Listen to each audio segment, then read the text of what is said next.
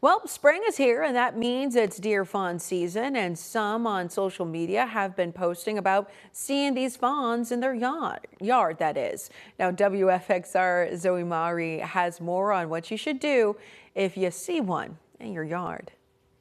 It's that time when we're going to be seeing a lot of deer fawn being left alone, but it's important to remember to not intervene with them. Doe tend to leave their fawn in safe places during the day as they go out to get food and keep predators away from the baby. Our expert on all things outdoors says if you see one on its own, let it be. So if you're out there hiking, or heck, you can even be in your backyard mowing the lawn because they are everywhere in our region.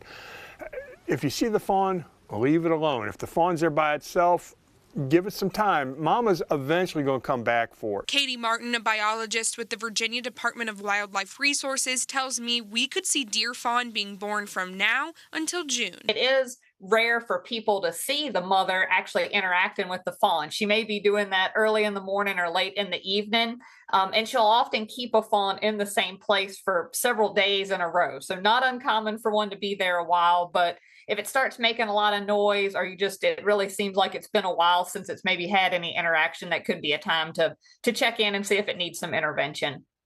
Another important thing to keep in mind is when you're outside enjoying all this nice weather we've been seeing, make sure you keep your animals leashed. You might not come across that deer, but your dog might.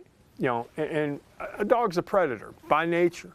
So, keep an eye on your dogs and your other pets and know that there are baby deer around. If you do come across a fawn in your yard and it begins to cry, Martin says it may be time to call someone. She suggests calling your local wildlife rescue for more advice, but remember, even if you call, keep your distance from the fawn. For WFXR News, I'm Zoe Maury.